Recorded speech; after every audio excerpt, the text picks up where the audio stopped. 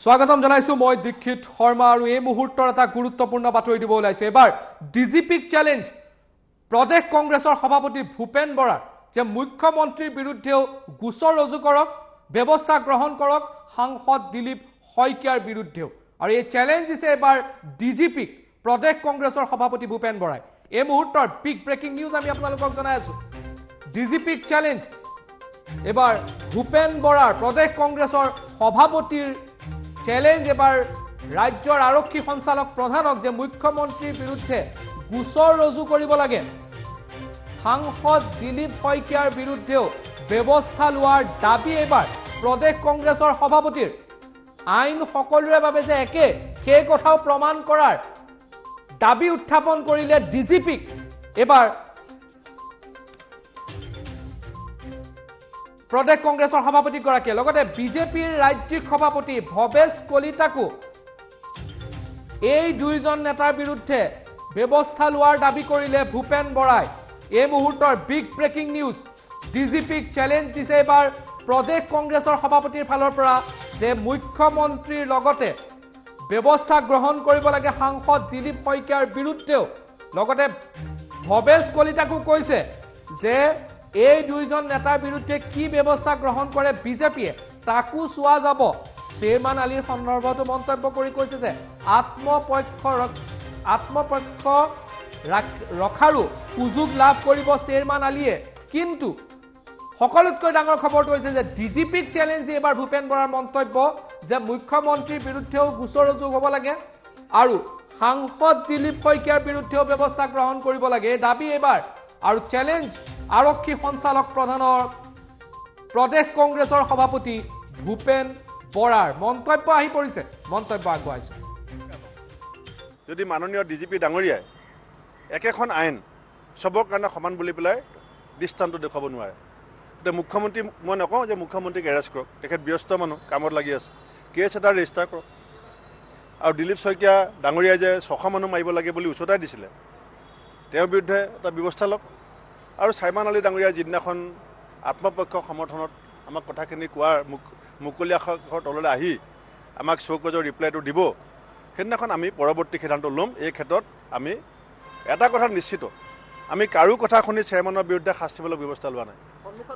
অসম চুক্তি নহয়, এইটো ভুল কথা। প্ৰথম দিনাখনেই মই কংগ্ৰেছ সভানেত্ৰী ছোনিয়া গান্ধী ডাঙৰীয়াক লগ কৰাৰ পাছত মই ঘোষণা কৰিছিলোঁ যে ডিচিপ্লিনৰ ক্ষেত্ৰত জিৰ' টলাৰেঞ্চ, শূন্য সহনশীলতা। আগতেও শ্বেৰমানে বহুত ভুল কৰিছে, তেতিয়া আমাৰ দলে চকু মুদা কুলি ভাও ধৰি আছিলে, আমি চকু মুদা কুলি ভাও ধৰি থকা নাই। শ্বেৰমানে ইয়াতকৈ অসমীয়া অপৰাধ কৰিছিলে, সেই অপৰাধৰ সময়ত যদি দণ্ড বিহা হ'লহেঁতেন হয়তো আজি শ্বেৰমানে এই ভুলটো নকৰিলেহেঁতেন। শ্বেৰমানক আমি এইকাৰণে ভুল বুলি কৈছোঁ যে যি শ্বহীদৰ সম্পৰ্কত তেওঁ অৱমাননাসূচক মন্তব্য কৰিছে।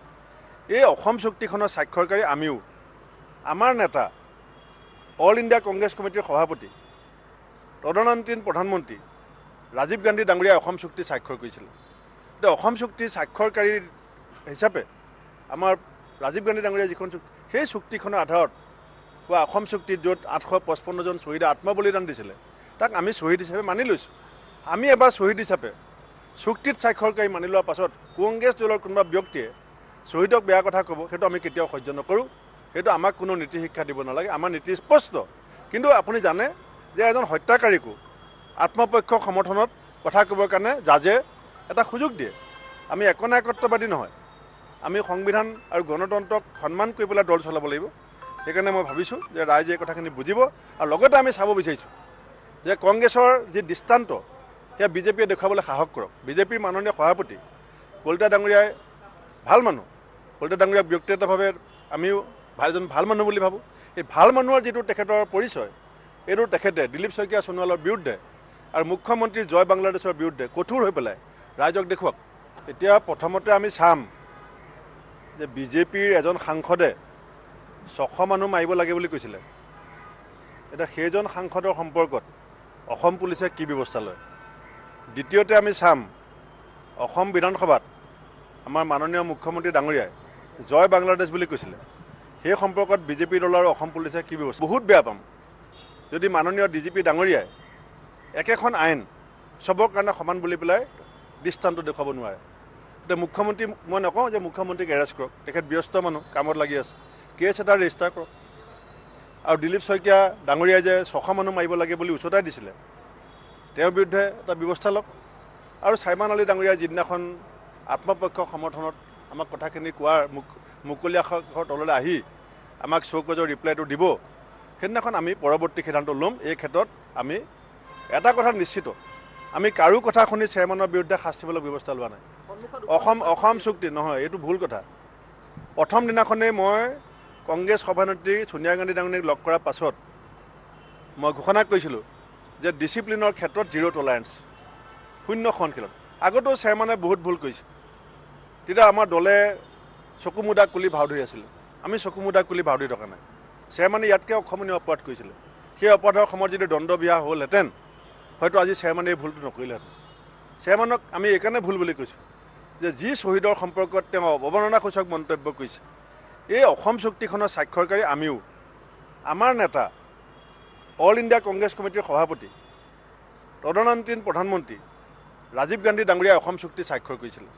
এতিয়া অসম চুক্তি স্বাক্ষৰকাৰী হিচাপে আমাৰ ৰাজীৱ গান্ধী ডাঙৰীয়াই যিখন চুক্তি, সেই চুক্তিখনৰ আধাৰত বা অসম চুক্তিত য'ত 855জন শ্বহীদে আত্মবলিদান দিছিলে, তাক আমি শ্বহীদ হিচাপে মানি লৈছোঁ। আমি এবাৰ শ্বহীদ হিচাপে চুক্তিত স্বাক্ষৰকাৰী মানি লোৱাৰ পাছত কংগ্ৰেছ দলৰ কোনোবা ব্যক্তিয়ে শ্বহীদক বেয়া কথা ক'ব, সেইটো আমি কেতিয়াও সহ্য নকৰোঁ। সেইটো আমাক কোনো নীতি শিক্ষা দিব নালাগে, আমাৰ নীতি স্পষ্ট। কিন্তু আপুনি জানে যে এজন হত্যাকাৰীকো আত্মপক্ষ সমৰ্থনত কথা ক'বৰ কাৰণে জাজে এটা সুযোগ দিয়ে। আমি একনায়কত্ববাদী নহয়, আমি সংবিধান আৰু গণতন্ত্ৰক সন্মান কৰি পেলাই দল চলাব লাগিব। সেইকাৰণে মই ভাবিছোঁ যে ৰাইজে এই কথাখিনি বুজিব।